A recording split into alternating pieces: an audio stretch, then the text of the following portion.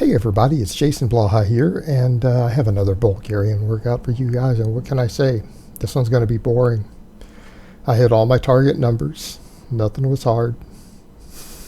Nothing was hard. There were no grinders. Nothing was over RPE 9. My 480 squat from yesterday, which is a new weight, which was at least RPE 9.5 yesterday, was a 9 today. It wasn't heavy. I was surprised. I did it. Just kept myself calm, came in, did it. My 315 closed grip bench with a pause. You just locked right out. The lockout wasn't slow. Everything was easy today. What more can I say? Now, I have a theory on this. As we all know, water retention and sodium affect performance. I eat pretty bro right now, but yesterday I was craving sandwiches, so I ate about 1.5 pounds of turkey meat on multi-grain sandwiches yesterday, with pickles on every single sandwich. Like, that was something like 2,800 calories worth of sandwiches. Ballpark. I'm just ballparking it. Again, 1.5 pounds of lean turkey, bunch of like a whole loaf, almost a whole loaf of bread. The pickles, everything else, I probably had 5 grams of sodium yesterday. I was bloated. Like, I don't mean like fat bloated necessarily, because I always look a little fat. I mean, who cares? I mean that the scale was up about 3 pounds this morning as a result of it. Here's the difference. That 3 pounds of bloat from the sodium is going to be mostly intramuscular.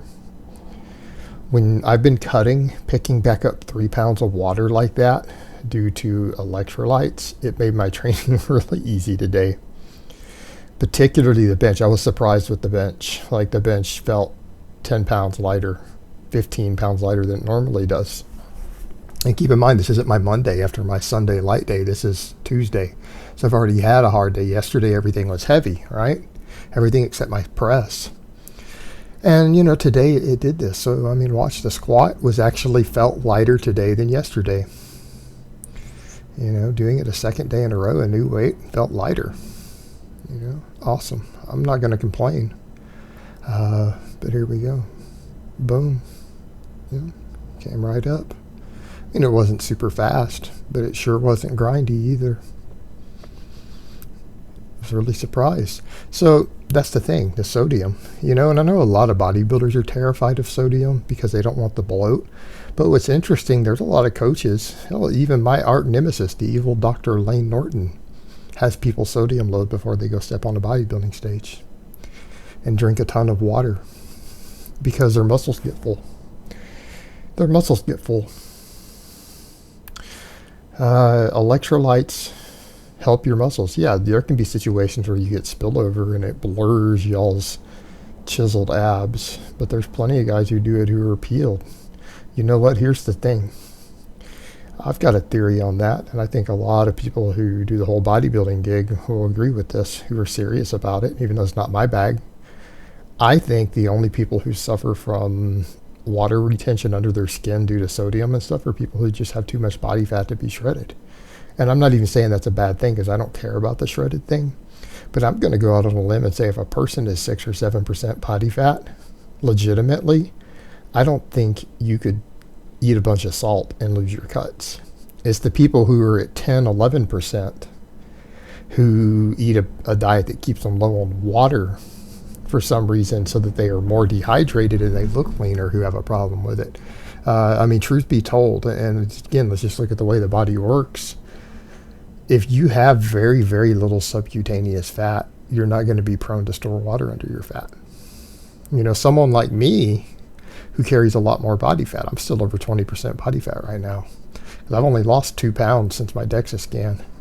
And if 100% of that is fat, that's going to put me at 22%. So someone like me, I'm going to hold water under my skin, obviously a hell of a lot easier.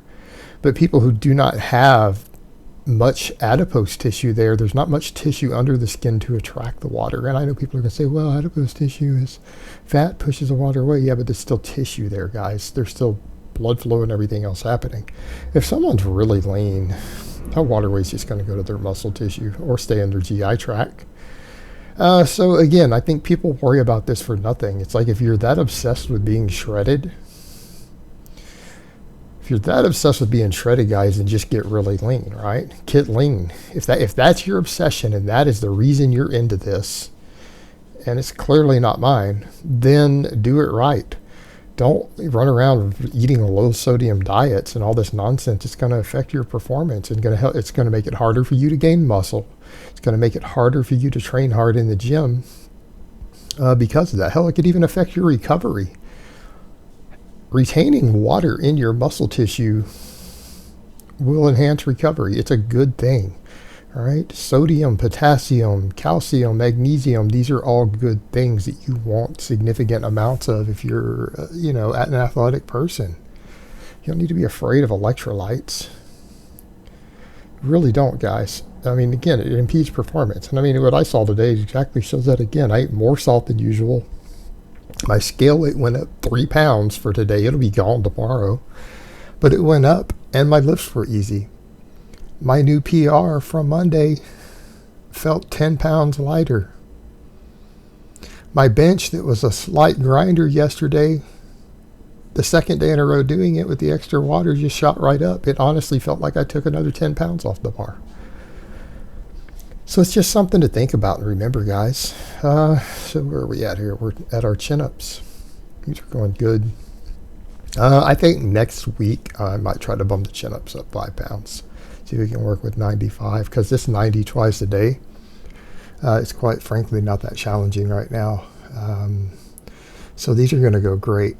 I mean, my chin-ups are going to be awesome by the time I get ready to start deadlifting again. And that's a whole nother topic. A lot of people are like, why aren't you deadlifting? Because I have other stuff I need to do. I need to get my squat on point.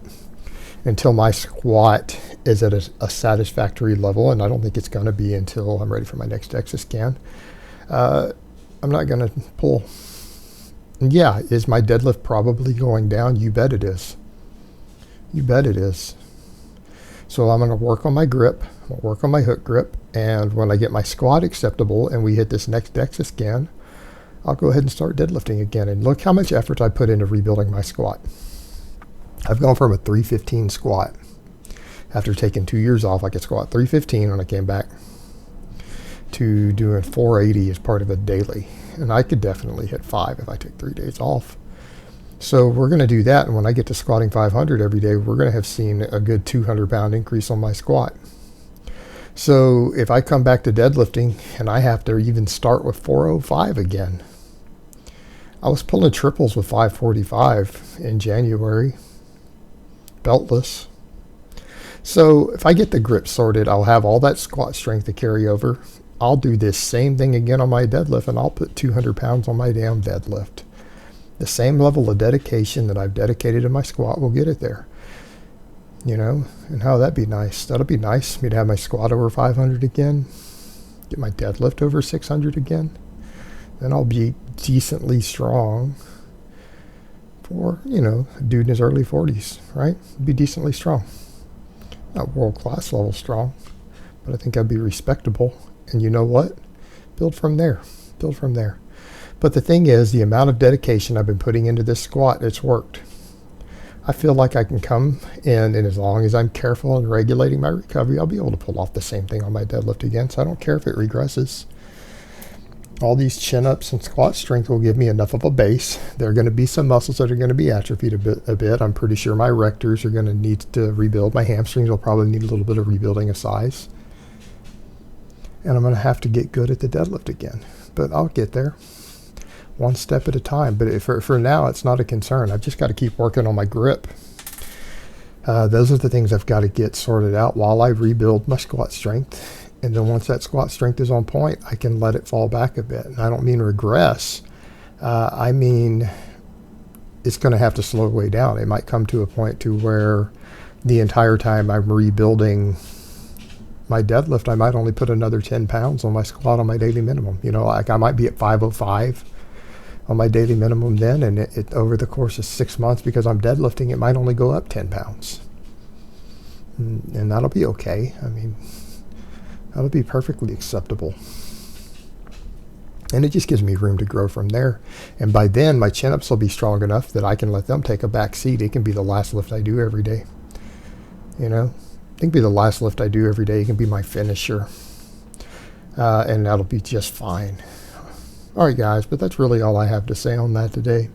I hope it's been informative, and I will talk to you guys next time.